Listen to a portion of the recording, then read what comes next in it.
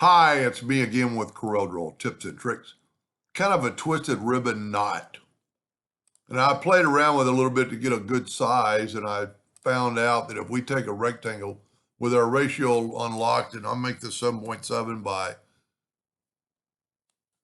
4.7, let's say, no.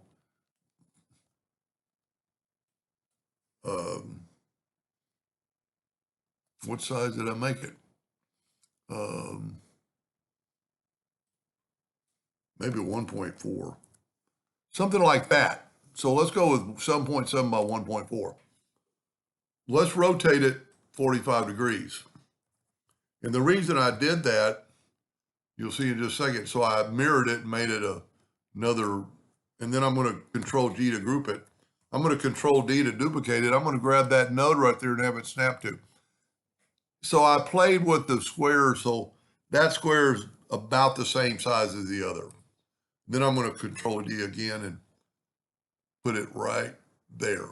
Now I'm going to bring this in for just to do it so I can do it. I'm going to Control G to group that.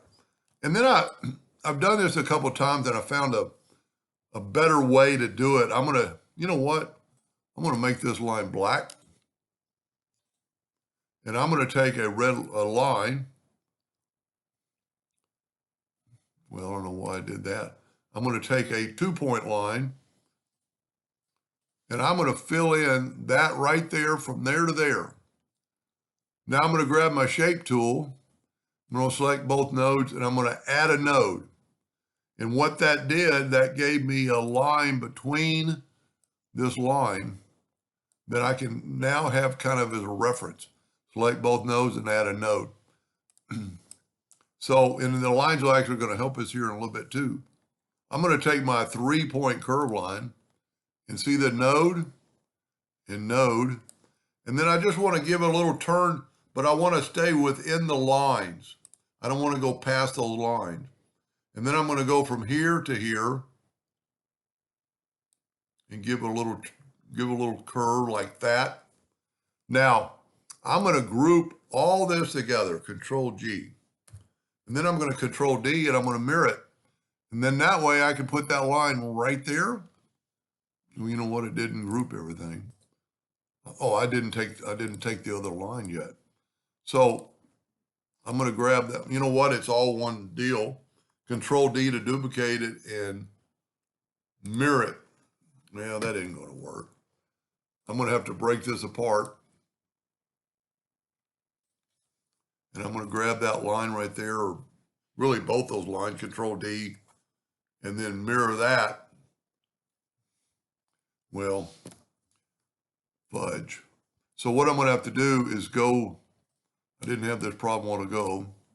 I'm going to grab that node and I'm going to break that apart. That way I only have this line. And then I'm going to Control D and mirror that. Well, okay. I'm going to break that apart. I already got it broke apart. I'm going to take my virtual segment delete key and delete this line. Now I'm going to nudge that back. I nudged it down. And then I'm going to mirror it. No, I don't want to mirror it. I know this is a little confusing. And I'm going to take that node and I'm going to have it, well, I do want to mirror it. I want to mirror it like that. And that way I can put that node right there. So I want this shape. And probably the easiest thing to do to make sure it doesn't leak, I'm going to go ahead and cut those lines out. I'm going to fill that in with the Smart Fill tool.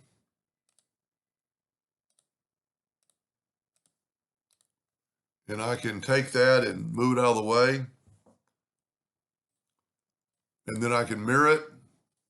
And I can put it right here. Now I need 2 more. So I'm going to actually grab both these and hit the plus key and bring this down to here. Now I'm going to take away the fill by left clicking. Well, I guess I didn't have an outline on these. So I'm going to put an outline by right clicking, take away the fill, take away the fill. And this is what, this was the hard part. Now, once we got this is easy. I'm going to take my virtual segment delete key with my Alt key, and I'm going to swipe through there. Make sure you get all the line. Now, this one, I want to swipe through here and all the way down to there. And just make sure you get all these little extra lines. And then on this one, from there down to there. Now, here's what, pretty amazing how it works.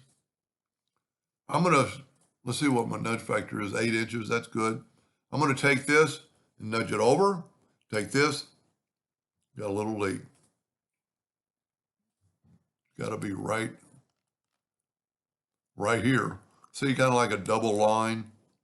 Whenever that happens, you're going to get a leak. Shouldn't really matter. There we go. Now I'm going to nudge that over, but watch this. I'm going to click with it and I'm going to mirror it. I'm going to turn it blue. It fits right into place. Take that. See, there's the same leak because I copied that over. So see, that's why I got outside that line. I don't know why those two lines would cause a leak, but they do. And look at that. I'm going to go ahead and delete this one because it's not really very good. And I am going to take this, and here's kind of the fun part. This one I'm going to take, get my virtual interactive fill tool, move down, put a little darkness here. I missed it. You know, when I'm doing this for myself or making a video, when I'm not making the video, I see what happened. Let me back up. You've got to almost click off and click your blue one to get your interactive fill tool, because sometimes it'll go right back and do the other one. Now, the other one we don't have to fill because it's on top. Now, for a second, I'm going to group this together. Control G, Control D, and I'm going to mirror it. Now, ungroup it all. Go up to object. I'm actually going to ungroup all.